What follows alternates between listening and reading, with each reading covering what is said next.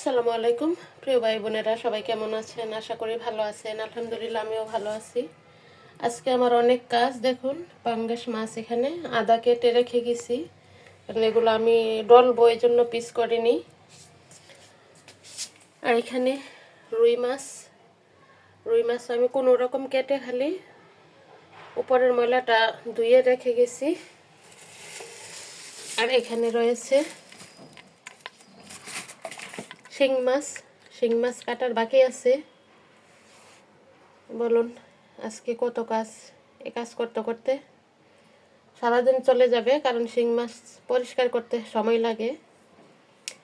আবার আছে অন্যান্য কাজ, রান্না বান্না।